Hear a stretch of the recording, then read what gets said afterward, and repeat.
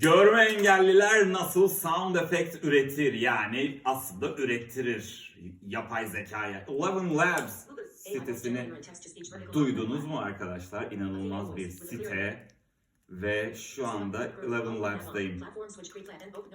Burada çeşitli hazır sound efektler var. Buralardan seçebiliyorsunuz. Örneğin Magical Energy Power Up. Biraz tırt bir sesmiş. Devam edelim. Örneğin bu.